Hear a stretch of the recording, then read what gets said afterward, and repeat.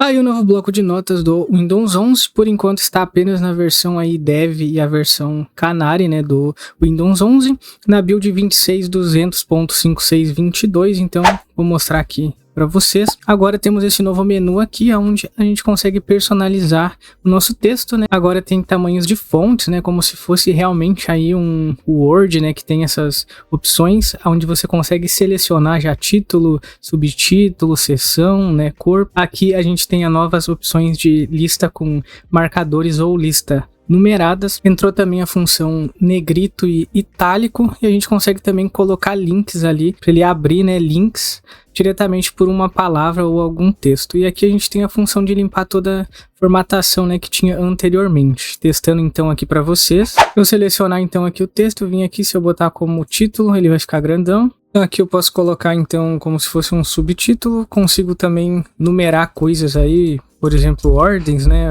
Então colocando aqui algumas coisas, eu posso deixar então aqui negrito, posso também deixar em itálico, posso combar os dois juntos, né? Itálico e negrito. Posso usar aqui as listas, marcadores, né? Como com aqueles pontinhos ali, ou eu posso colocar também numerados 1, 2, 3, então facilita bastante.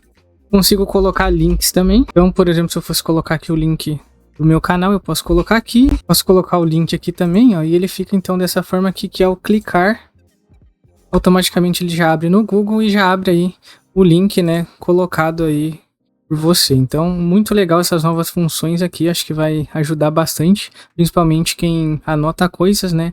Basicamente é o nosso bloco de notas, onde é tudo aí anotado, salvo. E agora então dá para formatar de uma forma aí muito melhor. Também tem novas funções, mas aí é somente para PC Copilot+, onde você consegue então reescrever texto, resumir, deixar mais curto, mais longo, mas tudo isso aqui requer, né, a assinatura aí do Copilot+.